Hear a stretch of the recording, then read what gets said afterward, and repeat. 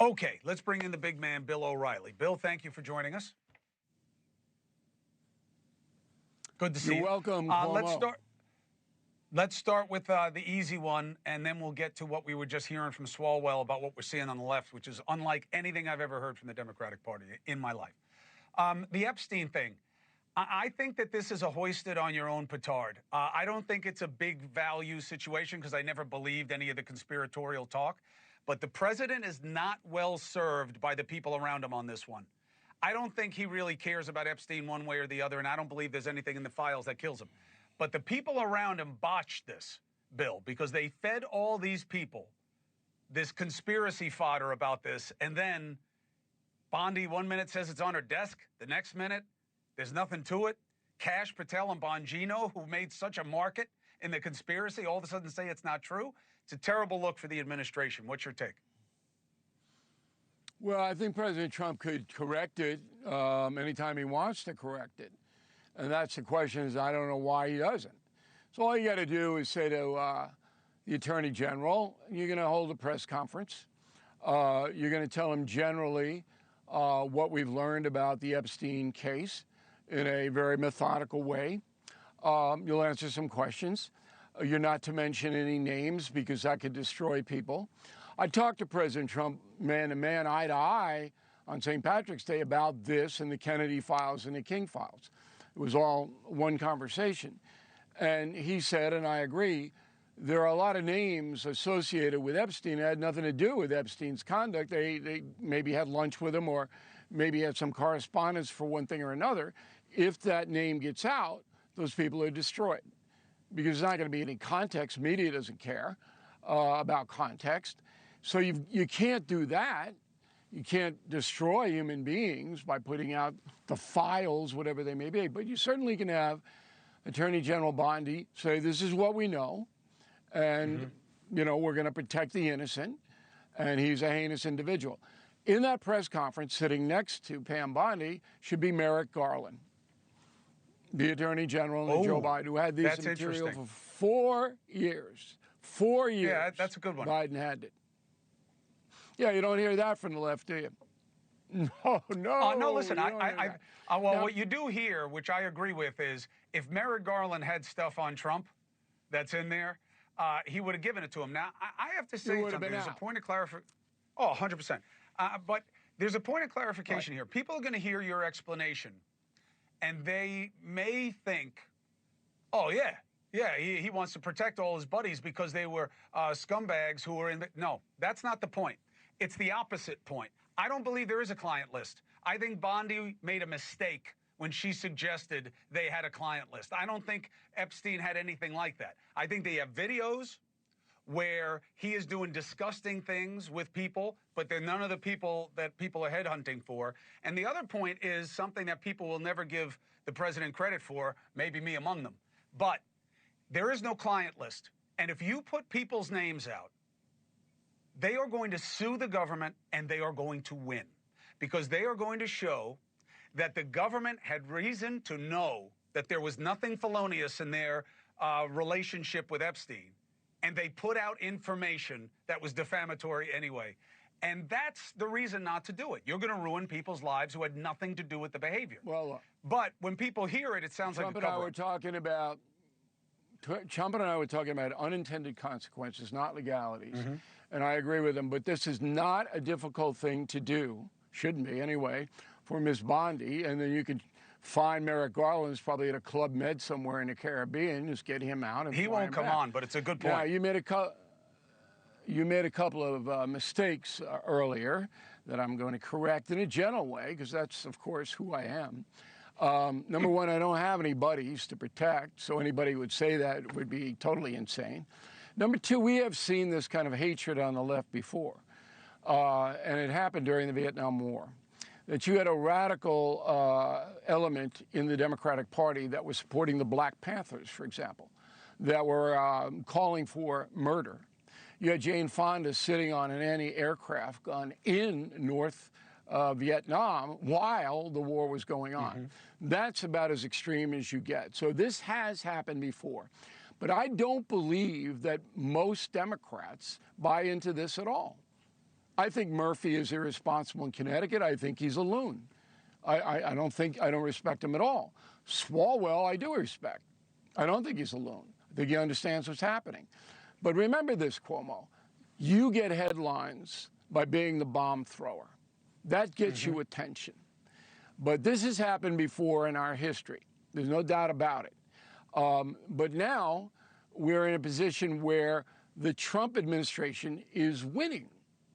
That may end tomorrow, but it's winning. Got the big bill, got the Iranian diminishment, it's winning. And that is driving people insane on the left. Look, I think there is a part of that. I just think that there are a lot of opportunities for Democrats to show that they would have better remedies for what is pissing people off about affordability and other inequities in the society. The real ones I don't believe most Bill, my father did. I don't believe most Democrats think that Trump is responsible for the Guadalupe River. I just don't. I think it's 10%. Oh, no, I agree with you. And a lot of them I agree with you. A lot I of them agree are with on you, but MSNBC because they make money doing that. But that's how you make it. But that's how you make it. And that's why they're doing it. I agree with you about the ratio. And they know it's poor form.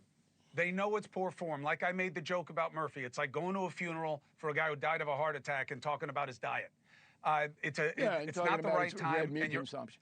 But there are you're only doing it. There are bad hombres on the Hill.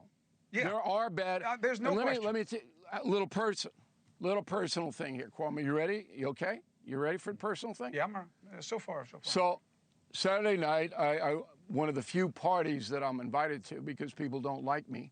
Your brother was there. I had a nice conversation about you weightlifting, and I said to him, "Governor, do you lift those weights? Are you?" I don't think he does. And then I sat right behind Senator Schumer, the most powerful Democrat in the country by title. Okay, he's finished. I'm telling you, the man. I was watching him. He didn't want to talk to me, of course. Once he didn't stick up for the Jewish students at Columbia, I just laced him. I just annihilated Schumer on WABC. Been quiet about the attacks on the ICE officers also. Right. Well, he's through. And he knows Ocasio-Cortez is going to beat him in a primary if she chooses to run. But beat him anyway, like an egg. I'm at this place, and I'm looking at what was once the most powerful Democrats in the country. It has collapsed. And that is the problem with the Democratic Party right now. No leadership at all. And the vacuum is being filled with animosity, with grievance, with aggression. Loons. AOC and Bernie Loons. Run on the same oligarchy lines that the terrorists going after the ICE guys used. And I'm not blaming AOC and Bernie, but I'll tell you what I do blame them for, not saying anything about it. Why not? Right now they should be outspoken. Sanders and Ocasio-Cortez are dangerous people, just like Mandani is dangerous. These are dangerous people. They want to blow the whole country up. Talk about working people getting it right between the eyes. I've researched this Mandani, who may be the next New York mayor. He's doing a Fidel Castro playbook almost word for word. You look back in Castro and what he was saying in 1958, Mandami's read it because he's spouting the same stuff. It's unbelievable. Well, look, I don't cover the race because Andrew was in it. But what I'm saying is Mamdani, I wouldn't discount the grievance. What he is marshaling with AOC, with Bernie, is real. Just as it was on the MAGA side, these people are disaffected and they're angry. Well, it's dangerous if their legitimate outrage doesn't find recourse. Then it gets dangerous. But I felt the same way about what Trump did with his populist movement in the beginning. Those people are dangerous. Sanders is a communist. He wants to blow up the capitalistic system. And Ocasio-Cortez doesn't even know what communism is, I'll submit to you. She would never sit for an interview with you or me because it would last about 2 minutes and she'd be weeping. All right? No frame of reference, doesn't understand I may be history, weeping. She may punch me in the face. Doesn't know how to run anything. Well, I predict she'll wind up on a View someday. That's where she'll be, okay? But, and I know I'm being harsh here, but I have to tell the truth. These are dangerous people. There's no rationalization for what they're espousing: seizure of private property, dismantlement of the country's economic system, which provides more opportunity than any other country on earth. They want to blow it up. They're dangerous people. I think that it's about, here's what I want to be careful about. And Bill, as always, I thank you for being here. And I know you tried to kill me with my brother. You two were overheard, and you both matched your invective towards me. You were both very nasty, and if I had been there, I would have clapped you together like cymbals. We were making fun of you. Gently. Yeah, I know. Gently. No, Cuomo. It wasn't gentle. It was overheard, and you two deserve each other. But let me say this. It was overheard by whom? Give me a name. No. Don't give me anonymous sources. Give me a name. Lolly told me. Lolly told me. Okay. Lolly told me. Didn't. She was on the other side Lolly of the room. told me. Lolly told me. Big mouth. But hold on. This is the only thing I want to be careful about. Is the people, the working people who voted for Trump, are right to be desperate for something better. The working people that came out in Brooklyn and in Queens in this primary are also right to feel desperate and to want something better. It's what is being sold to them as a remedy that I believe can get very dangerous very fast. And I think it's a really important distinction to make. It's how we had the deplorables issue. I've said from the beginning, not everyone who backs President Trump is a bigot. It's just that he did happen to have a lot of bigots in the beginning who were backing him. This is the same thing. They're not all whack jobs on the left. They're not all going to attack ICE agents. But there are extremists in those ranks now. And we're going to live absolutely. And that's why the ICE people, are protecting their families with masks. Yeah, one more, listen, just a quick plug. Go ahead. I am like dominating YouTube now. I don't even know how it happens. I don't even know how to get on YouTube. But apparently my YouTube channel, youtube.com/Bill O'Reilly, is exploding. Now, one of the reasons is that I'm taking topics that I don't do on the No Spin News, I don't do on NewsNation, and I do about 12 minutes. And the topic this week fits right into what you're asking: the disenchantment of people who are not succeeding in America.